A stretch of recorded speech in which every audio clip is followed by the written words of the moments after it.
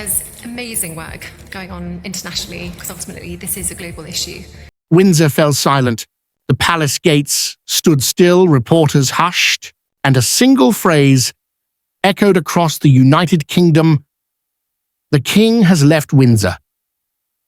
In a nation defined by pageantry and poise, 6 words shattered centuries of calm.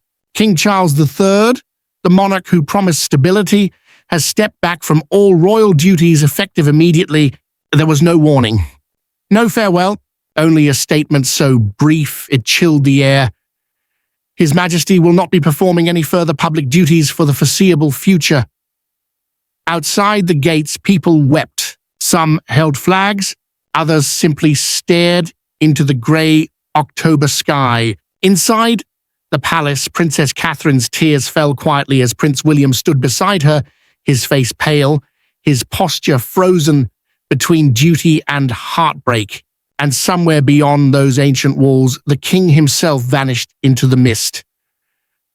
To understand this moment, you have to go back just 48 hours earlier. On October 24th, 2025, King Charles welcomed Ukrainian President Volodymyr Zelensky to Windsor Castle, a meeting meant to symbolize strength and solidarity. The cameras showed the Union Jack and Ukrainian flags fluttering together, but behind the scenes, royal aides whispered that the king was struggling. His handshake, once firm, trembled, his complexion pale, his voice softer than usual. After the meeting, his doctors advised rest. The next day's schedule was cleared for recovery, though insiders knew it was more serious than fatigue. For weeks, his staff had been covering for him, skipping briefings, shortening ceremonies, keeping the illusion alive. But this time, the illusion collapsed. By morning, the red dispatch boxes of state papers sat unopened. The king's study curtains stayed drawn, and the heartbeat of the monarchy, always punctual, always present, suddenly fell silent. Behind closed doors, tension grew. Prime Minister Keir Starmer's team began quiet discussions about contingency plans, a possible temporary regency. The word was never spoken aloud, but it hung heavy in the air. For the king, who had waited his entire life to wear the crown, it was unthinkable. But his body was failing faster than his will. One advisor recalled his final words before the retreat: "Even the crown must one day learn to rest." Hours later, a convoy of black cars left Windsor. Inside, one of them sat King Charles III, not heading to London, nor to any hospital, but to an undisclosed location. As the news broke, confusion turned to chaos. Was this abdication, collapse, exile? For the first time in modern history, Britain had a monarch in silence and a future without a voice. Across Britain, disbelief spread faster than the rain. Outside Buckingham Palace, candles flickered in puddles. In London pubs, televisions replayed the same clip, Catherine wiping tears beside William. Social media exploded with theories. Where is the king? Trending worldwide. Some said it was health. Others whispered of political pressure. A few believed it was resignation in disguise. At Parliament, Starmer's voice broke slightly as he addressed the Commons. "His Majesty has given this nation more than we could ever ask.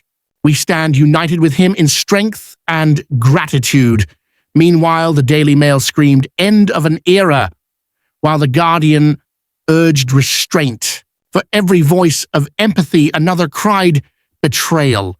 Britain's most private family had once again become its most public mystery. By dawn, Windsor looked less like a castle and more like a fortress. Barricades rose, news vans lined the cobblestone roads, helicopters circled. Inside, senior royals gathered for an emergency meeting.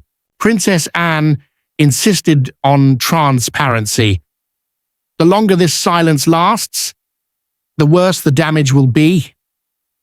Queen Camilla, weary but composed, disagreed. The people love him, but they must never see him weak. Between them sat William, hands trembling over a document marked Medical Confidential.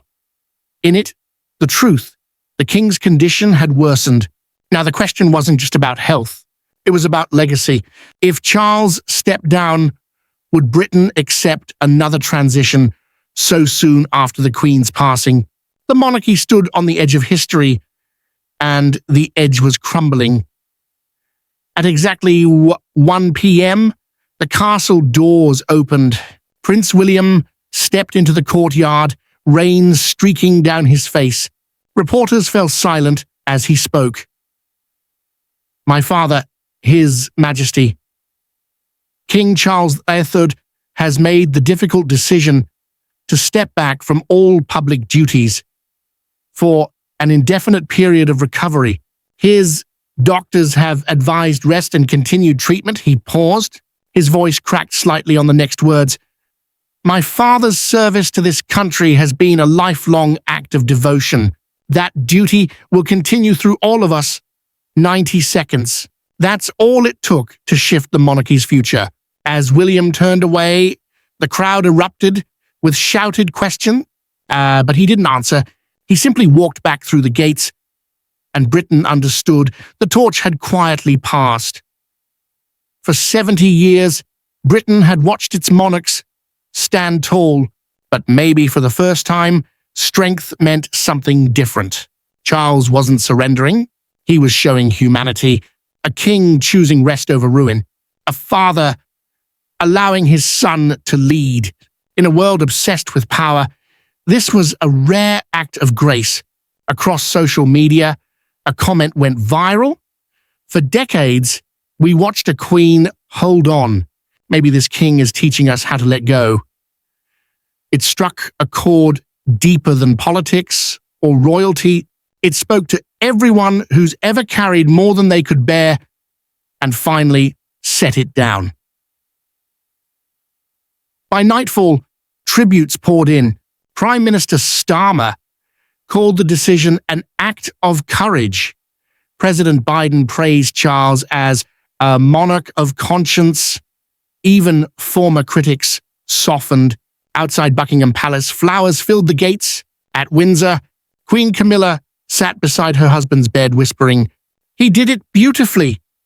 Inside his private chambers, Charles smiled faintly, murmuring he always was better at speeches.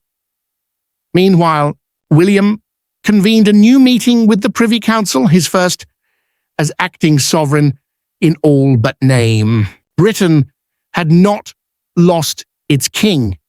It had rediscovered its heart. As the fog lifted over Windsor the next morning, the monarchy felt different, softer, more human.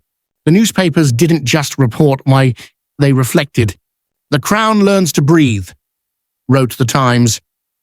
"The age of humanity begins," declared The Guardian. And in small towns and city squares, ordinary Britons spoke quietly of the king who had dared to rest. Teachers, nurses, soldiers, all saying the same thing. "He's one of us now." It wasn't weakness, it was wisdom.